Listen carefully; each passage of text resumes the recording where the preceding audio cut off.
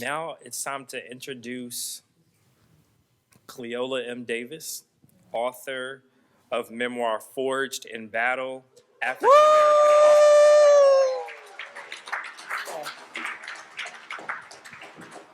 author of memoir Forged in Battle, African American Officers Serving in the United States Army. Her book of injustice, perseverance, strength, and faith. Amen. Well, hello, Miss Cleo. Just one moment. Okay, you got another one? Cleola was commissioned an Army officer through the ROTC program at North Carolina A&T State University. She entered active duty in the Ordnance Corps, focused on equipment maintenance and management. During over 22 years of military service, she held numerous staff and leadership positions, including command during Operation Desert Shield, Desert Storm. Her highest award was the Bronze Star for meritorious service in a combat zone. Post-military, she served as a senior logistics analyst in Army Materiel Command in Northern Virginia. She was the 2015 State of North Carolina's Woman of the Year from the National Association for the Advancement of Colored People. And last year in 2022, she became a member of the North Carolina NAACP Executive Board as chairman of the Armed Forces and Veteran Affairs Committee. Her memoir, Forged in Battle, African American Officer Serving in the United States Army, was published last year, September 1st, 2022. She's a native of Raleigh, North Carolina, and affiliated with the African American Methodist Episcopal Church. I'll turn it over to Bernita. Well, we are finally forging together. Finally, oh my gosh. What made you write it? Wow. What is mine? No? Okay. 20 years after I retired, 18 years after I retired, I really didn't realize the story was in me. I got out in 2003. I thought I had moved on. Just like the AME church, and most of us were taught by our parents, whatever happened in the past, you leave it behind and you go forward. I saw Mr. George Floyd die on the street. And when I looked at it, I could feel kinship with him in a strange way, that I had been held down from succeeding in a way that I think I should have. And I'm begging, just let me breathe. Just let me breathe. So I called a good friend of mine who would join us shortly. And I said, this is really bothering me. He started telling me his story. And I realized that I had to get both of our stories out. So I started writing. Wonderful. I couldn't have said it better. Thank you. Tell me a little bit about your family, because I know your family means everything to you. Everything. You know, the great thing about leaving home and knowing who you are, and I'll say that because when I went to North Carolina A&T, I knew who I was. I knew my parents and their parents. I remember my grandfather. And I know that my father had so much pride in being a Davis, knowing that his father was one of the Davises that worked on a plot of land in Georgia owned by Black people in a time after slavery. And that actually none of my people after slavery worked for white people. They were independent, they were strong, they knew who they were. On my mother's side, her grandmother, my mother, who died 5 years ago, lived with her grandmother who was born into slavery. So that's how close that was in her face, the knowledge of knowing who she was and how she must conduct herself. That is important to who I am and how I was as a military officer. My family were all affiliated with the AME Church. We have a method of how we learn about God. We have a method of how we learn about Jesus, and we have a method in how we conduct ourselves. So, when I left home and went to A&T, I acted like who I was. I was a grown woman with absolute knowledge of my heritage in slavery. I was a woman who had knowledge of what it took to be successful. And in my community, that made up of African American doctors, African American nurses, African American pharmacists, a bank owner, Mr. James Sampson, an African American bank owner. All we saw was success. All of our teachers were Black, all of our principals were Black, our churches were Black. And then we went through the civil rights movement. So in my mind, all inequity was over. I was expected to do well. I had been trained to do well. My community had done well. And I joined the Army. All right. So, what does the title Forged in Battle mean? Wow. Forge. You know, Vanita, that's when you take a metal and you burn it. And you can burn it to the point that you purify it and it becomes something refined and beautiful, like gold. You dig gold up, you forge it, you burn it.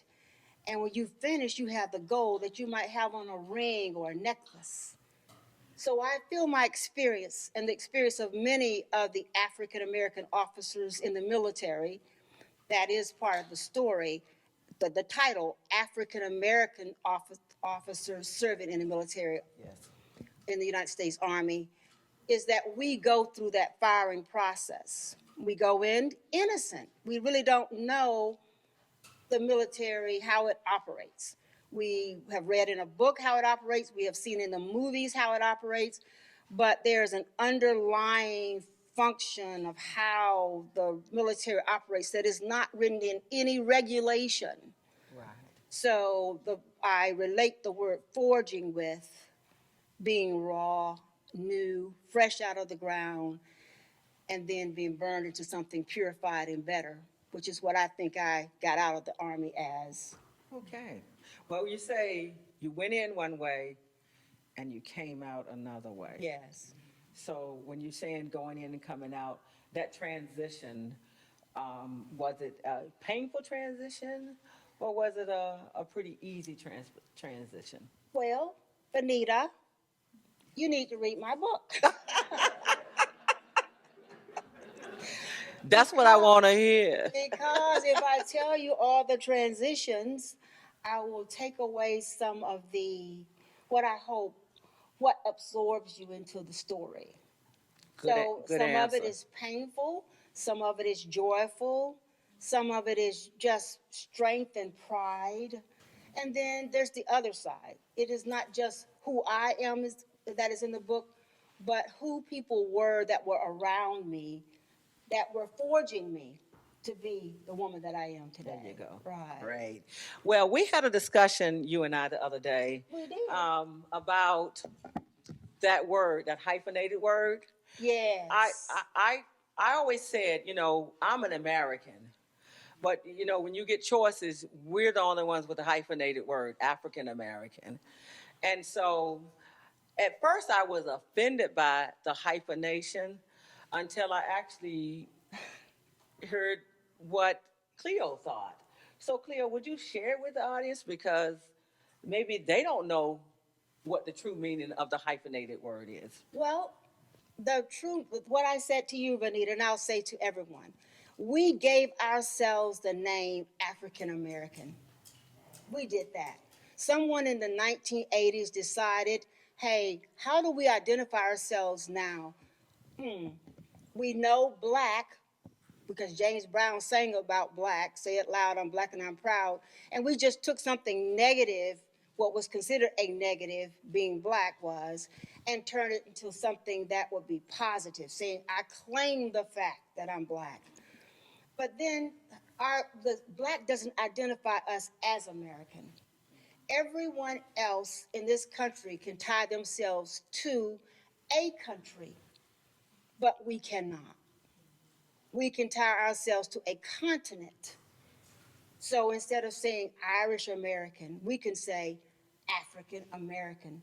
We're proud of being Americans. We've served, we're in the Women's Museum right now, celebrating people like our Brigadier General who's sitting on the front row, and all the ladies that have served in the WAC Corps before her, and next to Arlington, where all the African American men have served for this country, all the way back as far before it was a country. So we can't ever take away the word American. But at the same time, we have to celebrate the fact that we have a heritage, and it was denied, and we're not giving it up. So whoever the genius was who thought of that kind of captures exactly how I feel about me and my people, all of you in this room. All right.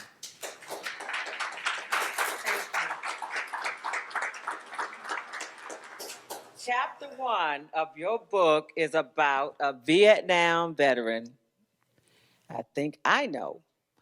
But how does his story intersect with your story? I tell you, maybe we should let him tell us. I think so. Mr. James Jones, will you join us on this stage?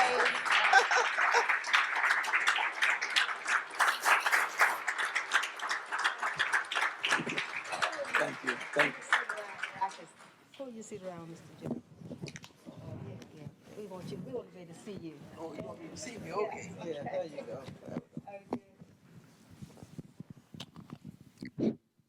Okay. Spotlight's on you, Mr. Jones. Let me introduce him. Okay. Well, everyone who has read my book, chapter 1 is about this Vietnam veteran who is an American hero at the rank of second lieutenant. He did everything right. He had just left home from marrying his beautiful wife, who's seated here today. Yes, there she is. He went to a unit that had been destroyed twice. I mean, attrited manpower, attrited to under 50%, twice within 6 months. And then he became the platoon leader of that platoon in Vietnam. When he walked in, I'm going to tell this part, Mr. Jones, he had to pray with them. And within a few days, the first thing he did is got them together and prayed. His favorite Bible verse was the 23rd Psalm. I'm saying the things that we're going to have in common in our book. We came into a unit. It was in bad shape. We had to pray, and we prayed a lot. And then he went out into just a routine mission and saved a platoon. And I don't mind. That's right. Yes, yes,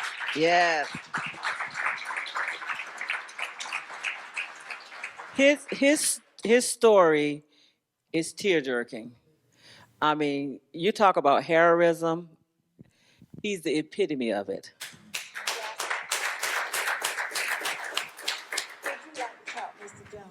Thank you. Thank you very much for coming, first of all.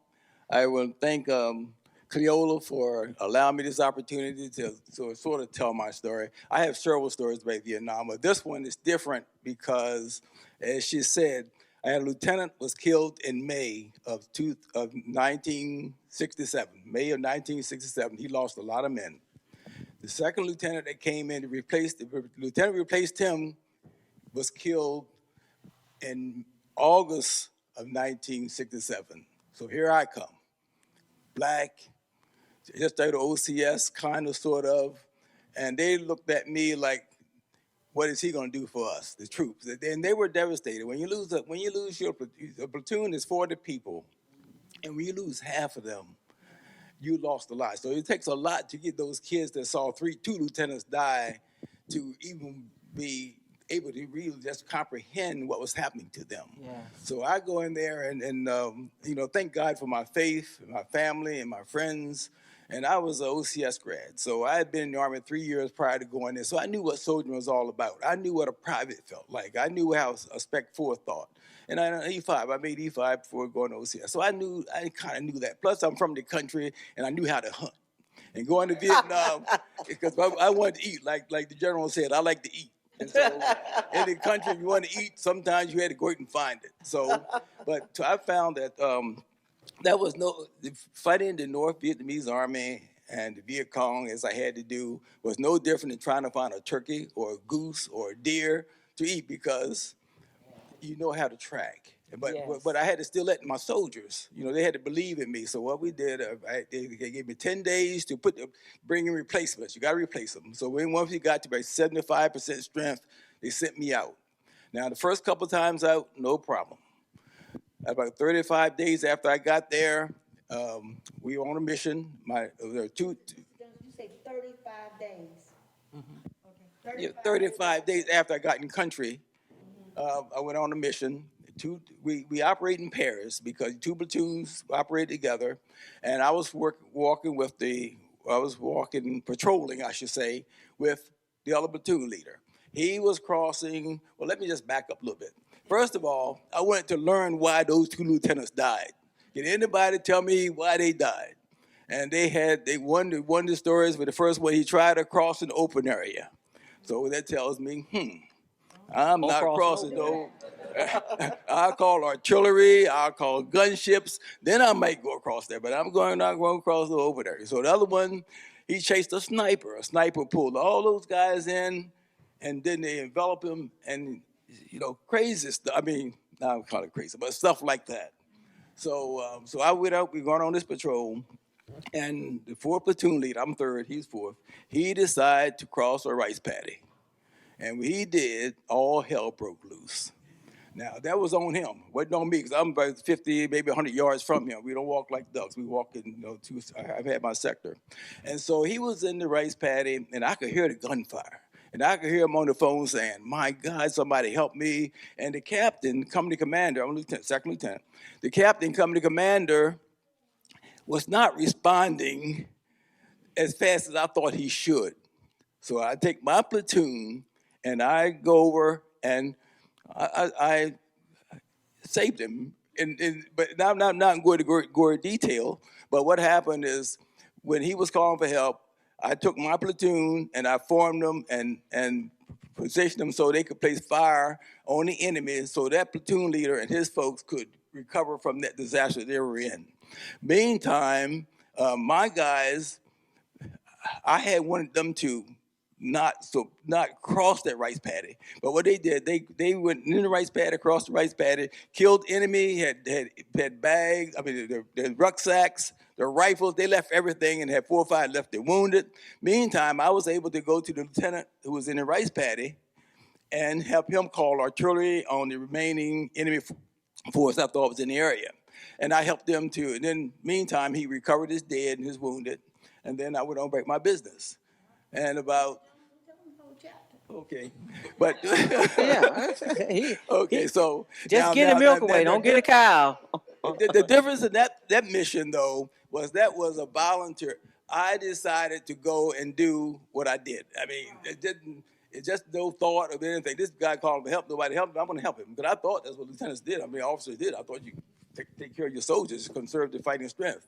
Then there are other missions sort of like that, and almost just as bad, but those are the ones I was ordered to do. In other words, Jim Jones, I want to take your platoon to go here and capture that whatever the mission was, whatever the mission was. And those were successful as well. And I'm going to turn it back over to Benita, but before I do, I want to tell you, I spent 2 tours in Vietnam, and my greatest joy is I did not lose one soldier to death in the 2 years I was there.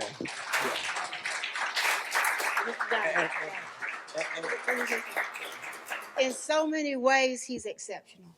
So, I mean, we're talking about our second lieutenant, and for all of you that are not affiliated with the military, that's the first rank you get when you come in as an officer. A young man who had just gotten married, didn't know what his future was going to be, no children, not anything. And when he said he ran out and helped the lieutenant, we're talking about running the equivalent. I'm not a football player, but I know what 50 yards is. 50 yards over an open field called a rice paddy in Vietnam to get to that lieutenant who was calling not for Mr. Jones, but for his commander to get him help. And that's what makes it, to me, like as Vanita said, she just gets chills. Because as a lieutenant, you think you would have done that, Vanita? I would have. Oh, well, I don't know if I would have done that. I would have. So, yeah. But before we go, though, I told you I didn't lose not a soldier to death, but wounded. But I want to tell you that we captured and killed more than the other platoons. I don't know what they were doing, but we were. I was always getting complimented, and that's why they kept sending me on other missions to save people and to do stuff because my platoon was we were getting results. Y'all were lethal. Yeah, Thank you. absolutely. And he didn't say this, and I don't recall Cleo saying it either. But among that running through the rice paddy, which probably slowing you down too, he was under fire. Oh yeah, a whole lot of fire. There must have been a couple of minefields. I didn't encounter any minefields, but there are bungee stakes and there are some stuff out there that they're dangerous. What was captured in the book in chapter 1 is a quote from the medal they gave him. It says it was vicious hails of murderous fire.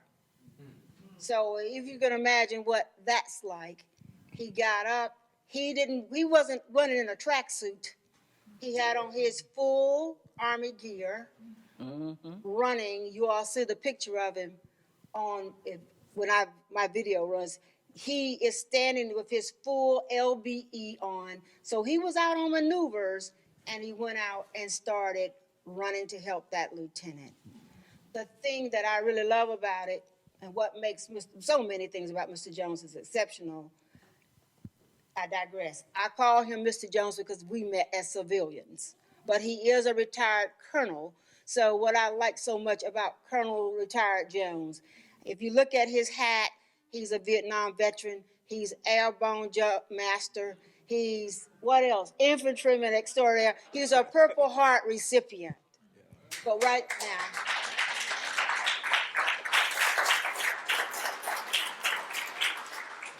we're talking about what you say, ma'am? Or in the 50. 50 plus years after. And still alive. Yes. One of the things that I want my book to accomplish is that this society recognized Mr. Jones as if they recognized so many other people before him who did something when they were 20 years old. In 1967, that's when he did this. And today, he did receive a Bronze Star. The twist to this story is that the young man that was hollering for help received a Silver Star. Yes. And for those who don't know, the Silver Star is much higher and much more prestigious than a Bronze Star. Yes. Much higher. So Lieutenant Jones was happy when he got his Bronze Star with Valor device. Who wouldn't be? A Bronze Star is a high award. But to give the person who was screaming, "Help me!" Read it in the book. Read it what I wrote, he said in that book. Mr. Jones told me that story. Got the higher award, and it's almost impossible for us to make a correction on that without your help. Yeah. So, Mr. Jones, chapter 1, it does encompass the rest of my career also. Came in innocent, did everything I could to do what was right in the Army. I got a Bronze Star too.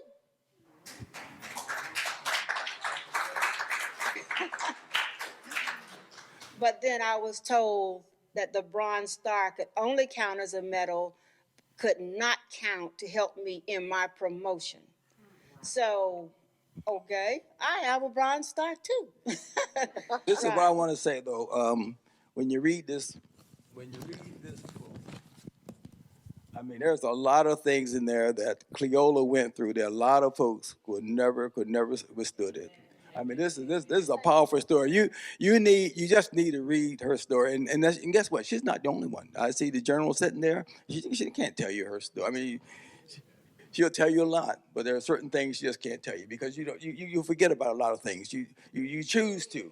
Yeah, I'm she's still here. here. Yeah. Thank you. And, Thank and, you, and, and, Lucretia. yeah, look, and Lucretia's in there, full colonel, female. They all have stories. We all have stories.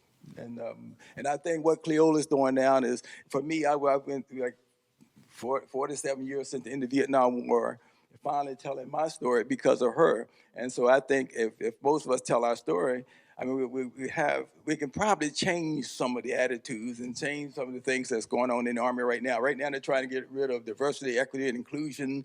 I mean, what kind of mess is that? And so we can have to stick together, folks. I mean, we haven't achieved yet. We got a ways to go. Preach, Mr. Jones. I agree with everything, and I think I started by saying in my greeting, the purpose is for us to encourage others to write books. And Miko, I mentioned her as my editor. She's also a publisher. So I'm actually bringing a tool here for you to use if you have thoughts about wanting to write a book. She's excellent. And what Mr. Jones is saying, just go through it. As I said, he speaks for me in chapter 1. I speak for others in chapters 2 through 20.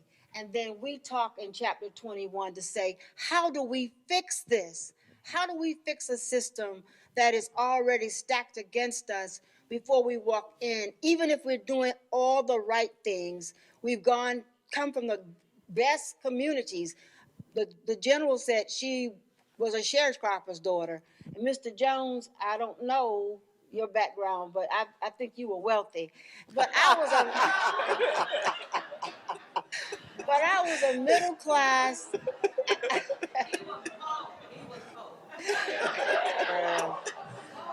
He couldn't even afford the OR. He was poor. I was a I was a middle class. I was a middle class black girl coming from the suburbs. I had seen y'all on your farms, but I'd never been on the farm with you. Suburbs of Raleigh. Oh, All right, so you know that wasn't far from you.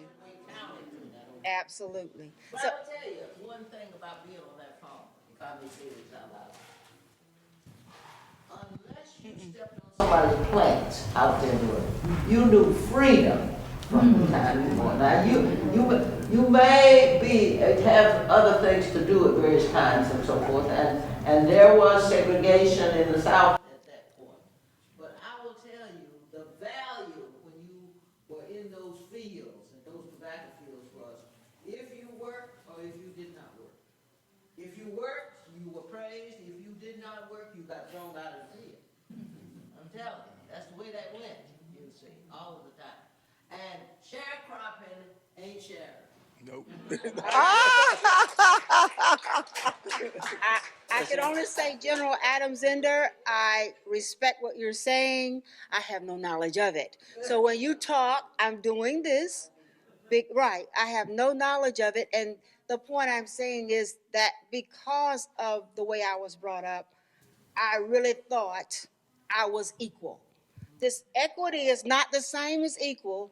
Equity is when somebody says, okay, well, let's do a formula, make a formula so there's there equity. Equal is what's guaranteed to us through the Constitution of the United States. Equal is that. So if I am the best, I don't care if I'm in the room with 10,000 people, 10,000 Chinese, but I'm the best, I should be at the top.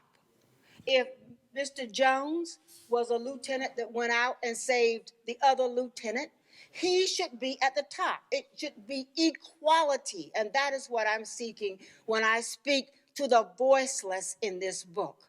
There are so many officers that I know, and I'm getting emotional about it, because that were not treated correctly and were denied movement in the military because of somebody using a formula rather than looking at what they were worth and moving them according to their abilities.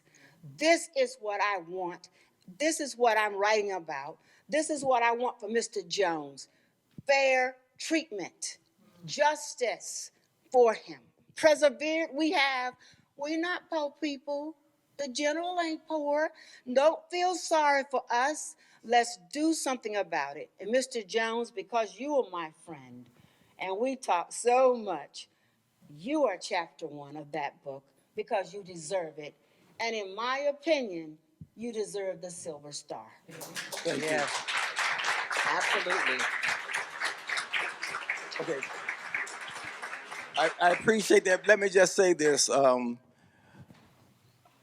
I was never about the medals. Kind of still not about the medals. But if I deserve it, perhaps I should get it. My medal, my reward is those soldiers that I sent home to their families. That was my medal.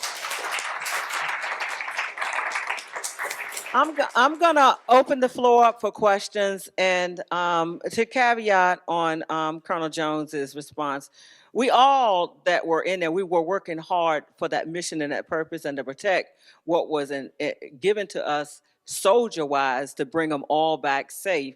But the thing that really it didn't bother him until he realized he got the bigger award. You know, it's like, okay, then it becomes the principle behind it. You know, it wasn't the fact that he did it to get a medal, but since they were giving them out, let's do the right thing. Exactly, exactly. So I'm going to open the floor up for questions, and we got one over here. Talk about the picture? Oh.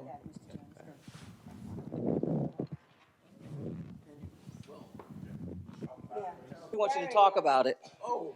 Explain you. Explain the picture. You know, we did have cameras in Vietnam. We took several pictures. Maybe one out of 15 or 20 will come back. And I was standing somewhere, some private took a picture, and he probably sent it to my wife, and she kept it, and we gave it to Cleola, and she happened to blow it up, which we never thought she would. Now, I don't know what else you want me to say about it, but that was me. Oh, where? Well, you was asking the question, where was I? Yes. Let people know that's you. Oh, okay. Where was I? I was in Vietnam in 1967. I mean, I don't know. Is that You say a private stopped you and wanted to take a picture? No. The soldiers took pictures all the time, but go ahead. You know, that picture, in your picture too. Thank you. It's the eyes. The eyes are telling us that whatever it is you're doing, your intent. Yes. And when I see the picture, I want to know what were you doing? What brings such intensity out? I can get it. You know, it's a war zone. I can make up a story. I can tell myself a story about it. I can write a short story about that. But what you did after that? Do you remember taking the picture?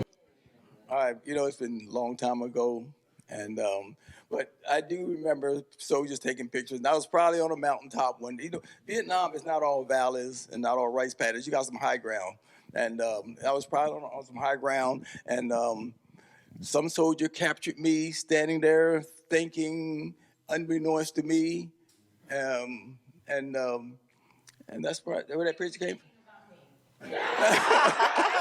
Good answer. Good answer. Hey, Spike. Yes. Hey, thanks, Spike. Okay. Yeah, but there's a lot of thinking going. You know, you got to think 24/7. You got to think for yourself. You got to think for your soldiers. You got to think for your loved ones back home. And it's just something going on all the time. But you can't. But you got to focus. You stay focused, and you just believe in the Lord. I mean, you'll say the Lord's prayer. Say it, and you're gonna say it too. You're gonna say it too. We all gonna say it. Yeah. Amen. Okay, I'll just take this one question in the back right there. Yes, you. Question, but Cleola knows how much she means to me.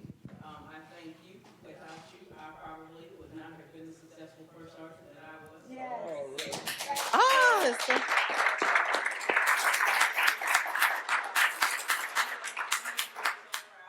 Like I told Cleola, the book reflects so much of not only enlisted officers, as I once was trying on the track to become an officer as well, but faced so much adversity and so many knockdowns for all my efforts in trying to achieve that. So I just continue to remain the outstanding non-commissioned officer that I was, and still achieved, contrary to those who were trying to fight hard against me. Even recall calling Cleola one time, and you know, she was like, "Tiff, you already know. You know where you come from." She just reminded me, you know where you come from, you know who you are, you know you're doing the right thing, so don't worry about all those other people. Yes. And like I said, I truly love you and appreciate that, because that was such a time that I really was about to like lose it, because I'm like, what is it? I have done nothing to anybody. How can people hate me so much? But it was all because I was fast tracking and doing too well. And so unfortunately, somebody just decided that I was not worthy enough at that moment in time to pursue my career as an officer. But again, I thank you for the encouragement.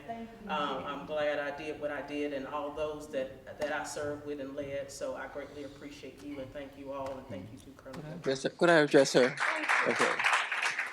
Hey, Tiffany, the NCO Corps is the backbone of the Army. So you were just where you should be. And my mom had 5 kids, all 5 in the Army at the same time, and 4 of them were senior NCOs.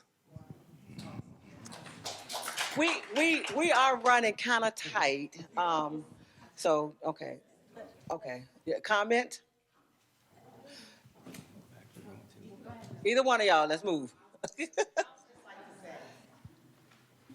This young lady, Thank you.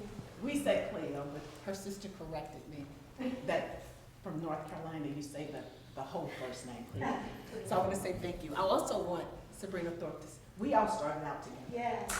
Ordnance officers and, Linda Daniels. stand up, Sabrina. We all started out together in OPC, and I'm just so glad to be here.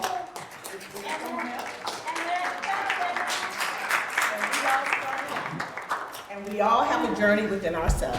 It was not easy. I did obtain the rank of colonel, and I will tell you that journey was very, very, very hard. But we did it. You did. We did it. We did it. We all have a story. So I just wanted to say I'm so glad. I'm so happy.